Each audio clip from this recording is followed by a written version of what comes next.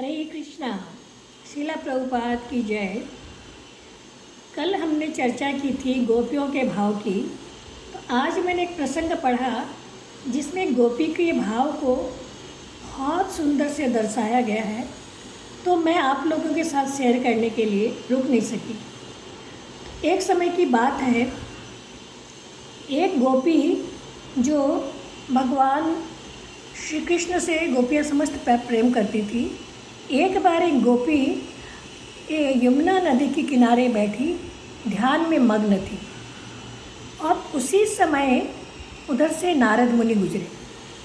तो नारद मुनि ने देखा कि गोपी ध्यान में बैठी है और उन्होंने सोचा कि किसका ध्यान कर रही है, इसे तो परम ब्रह्म स्वतः प्राप्त है। तो फिर वो उस गोपी के पास आए और आकर पूछने लगे कि क्यों रे गोपी, किसका ध्यान कर रही है तू? तुम्हें तो श्याम सुंदर नित्य प्राप्त है, अब किसका ध्यान कर रही है? तो गोपी ने बोला, नारद जी, गोपी थोड़ा उदास थी, दुखी थी और उसके आंखों में अश्रु थे। बोले, नारद जी क्या बताऊं, मैंने तो सुना है कि ध्यान करने से मन एकाग्र होता है, तो इसलिए मैं ध्यान कर रही हूँ। तो बोले, किसका ध्यान कर रही है? जिसका ध्यान करती हो तो तुम्हें प्राप्ति ही है। बोले, नहीं नहीं नारद जी, आप समझे नहीं। श्याम सुंदर तो मुझे स्वतः प्राप्त है और श्याम सुंदर मेरे हृदय आंगन में ऐसे बस गए हैं कि मैं उनको निकालना चाहती हूँ थोड़ी देर के लिए। तो बोले, क्यों, ऐसा क्यों चाहती हो?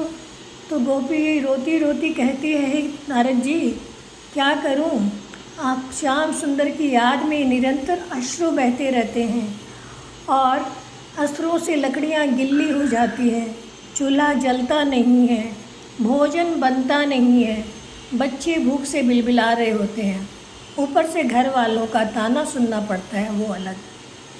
तो मैं इसलिए ध्यान कर रही हूँ कि मन थोड़ी देर घर में लगे और श्याम सुंदर थोड़ी देर के लिए मन से निकल जाए। तो मैं इसलिए ध्यान कर रही हूँ ताकि मेरी अश्रु बहना बंद हो जाए, लकड़ियाँ जल जाए, चूल्हा जल जाए, मैं भोजन बना सकूं, बच्चों को खिला सकूं। नारद जी ने कहा, धन्य हो गोपी, तुम लोग जैसा प्रेम भगवान से किसी ने नहीं किया। नारद जी नतमस्तक हो गए गोपी के इस भाव पर। तो ऐसा गोपियों का भाव था। बोलिए गोपी और गोपियों के भगवान की जय। हरे कृष्णा।